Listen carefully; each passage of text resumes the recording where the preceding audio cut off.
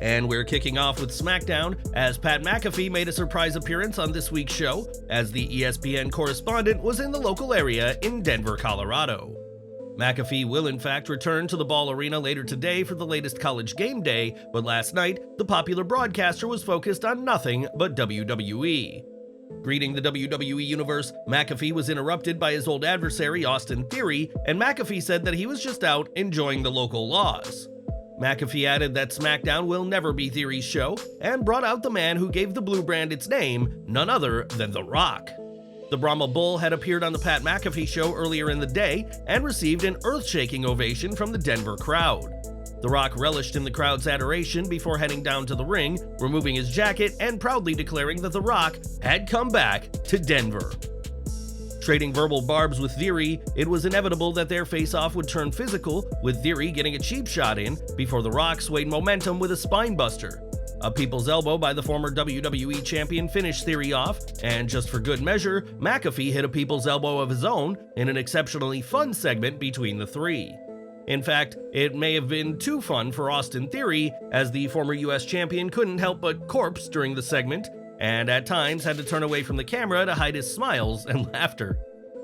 The Theory character may have been outraged by The Rock's return, but clearly the man himself was thrilled to be able to share a segment with one of the greatest WWE superstars of all time. Backstage, Rock and McAfee were shown once more before the close of the first hour, and the pair were still fired up from the incredible segment. The pair loved the reaction they got from fans, especially the "You are an asshole" chant aimed at Austin Theory, which may have left some fans watching at home scratching their heads. While the fans in Denver experienced the chant live and clear, Fox's censors were on the 7-second delay button in a big way, which is why fans watching on TV couldn't properly hear what the crowd chanted. Then The Rock turned around, and he was greeted by a face from his past, as John Cena stood there and had a face-to-face with the man he wrestled at WrestleManias 28 and 29. The pair then broke the tension with a smile and a brotherly hug, with Cena welcoming The Rock home in a great moment between two icons of the industry. But why did The Rock return home to SmackDown this week? Well, it's entirely possible that WWE wanted a boost in the ratings, considering that this was the first SmackDown of the TKO era.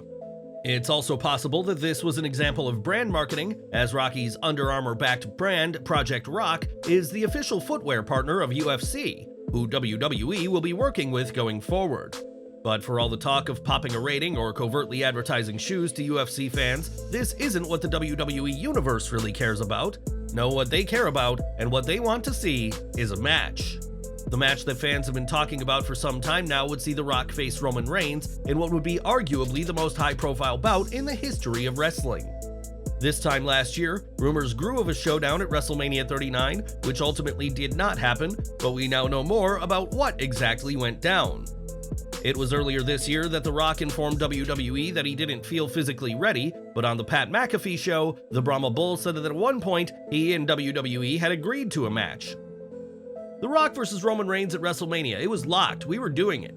No, we were doing it. Let me just tell you, in the beginning of 2022, Nick Khan, who I've known for years, he's the man, he was very instrumental in bringing me and Vince together in LA. This was the beginning of 2022, and we broke out Terramana and toasted life, toasted the business we love. About an hour later, we talked about me headlining WrestleMania with Roman Reigns at SoFi, and we shook hands and we hugged right there, and we left the table and said, let's do this.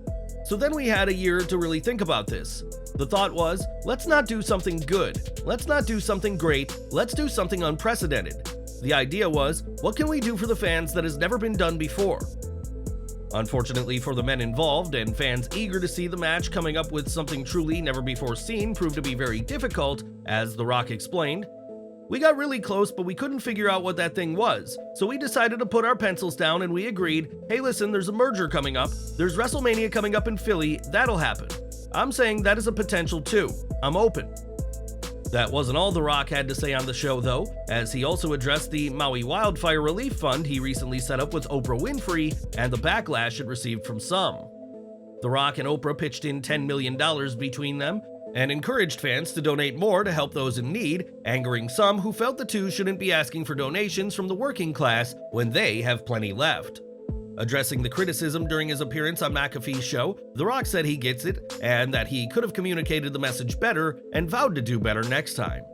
The Rock also confirmed that the money raised will begin being distributed to those who need it next week in what will be a massive relief to those who have lost so much by the fires in Hawaii.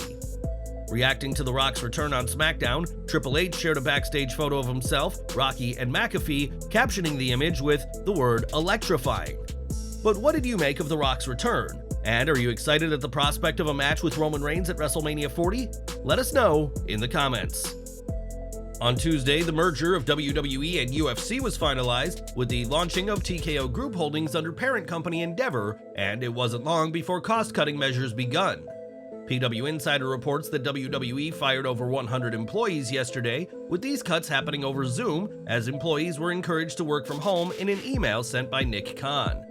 The report adds that some WWE divisions were ripped apart by the layoffs, with WWE's marketing and live events department hit pretty hard by the firing spree. The Insights and Analytics team, which featured a 20-plus crew, had at least 17 employees released today, and it was said that the department heads and other big names weren't safe from losing their jobs. Some notable names cut include Jamie Horowitz, who was WWE's EVP of Developmental and Digital, and before joining WWE, had experience working for ESPN, DAZN, and Fox. Catherine Newman was also cut today, only 15 months after becoming Chief Marketing Officer for WWE, a role that put her in charge of some of the company's biggest decisions. Amanda Bloom, who was the company's Director of Enterprise Data and Governance, was fired as well, with PW Insider describing the release of the 7-year tenured head as a major departure. Andy Levine, who'd been with WWE since 2018 and recently served as Vice President of International and Platform Strategy, has also gone, and the marketing department was said to be hit pretty hard. PW Insider confirmed Kimberly Kierkegaard, WWE's brand director, were among those laid off as part of the mass releases. Not every division was hit with layoffs, as those in smaller divisions were seemingly spared, but one name fans will recognize that is gone is Dana Warrior. Warrior began her association with the company after her husband's passing in 2014 and would take part in the annual Warrior Award ceremony each year at the Hall of Fame.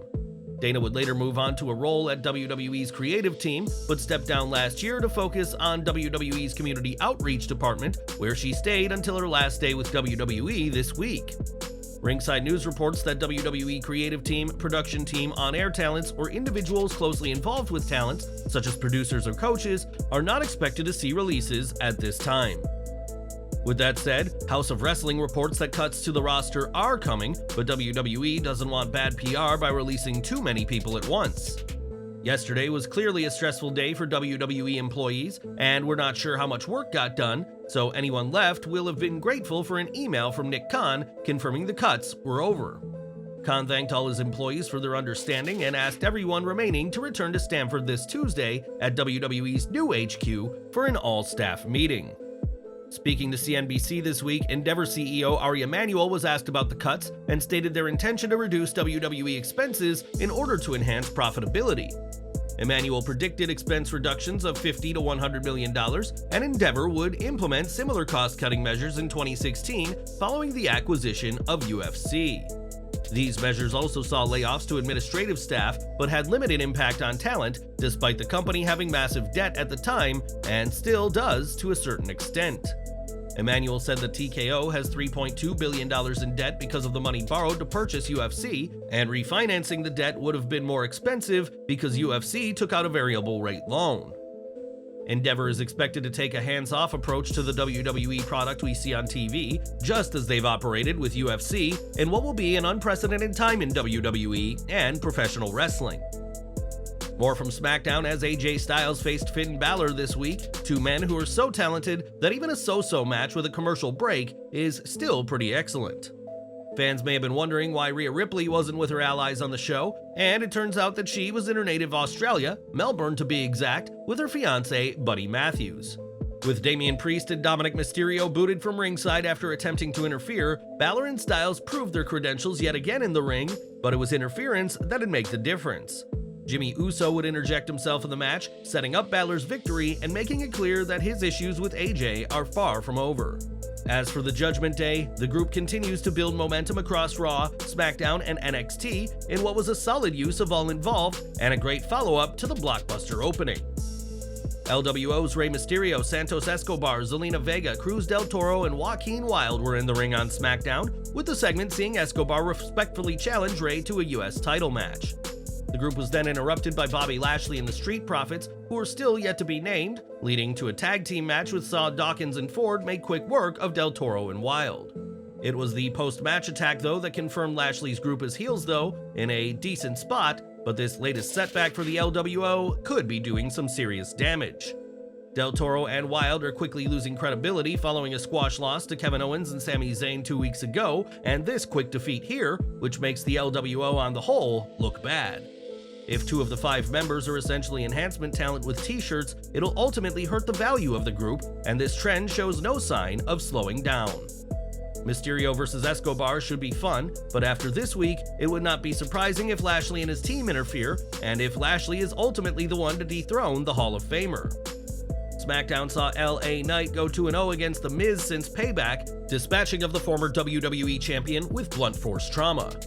The pop for LA Knight remains strong, even with The Rock electrifying earlier in the show, as well as larger stars like AJ Styles and Rey Mysterio. Knight also set his sights on championship gold, saying it doesn't matter if it's Rey Mysterio, Gunther, Seth Rollins, or even Roman Reigns, he intends to compete for gold.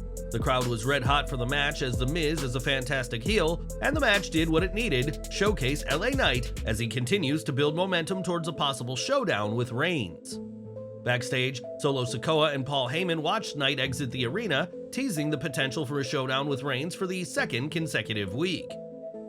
Asuka and Bayley were in action on SmackDown, and while we've seen great matches from both women time and again, great wasn't the right adjective this week.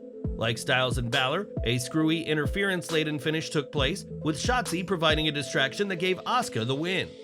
While this continues Bayley's feud with Shotzi and gives Asuka momentum ahead of her title match with Io Sky, it's impossible to ignore the repetitive finish, perhaps the biggest weakness Triple H has demonstrated as head of creative.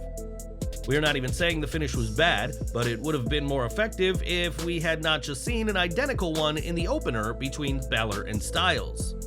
Commentary made reference to Io Sky not being with Bayley, saying she was home training for her title match next week, and Michael Cole even name-dropped Triple Tails on the show. For those not in the know, Triple Tails was a faction that competed in Smash and Pro Wrestling Wave, which consisted of Asuka, Io, and Sky's sister Mio, and it's always good to see WWE acknowledge a world outside their own. John Cena was back on SmackDown, but his appearance on the Grayson Waller effect could have done with more John Cena.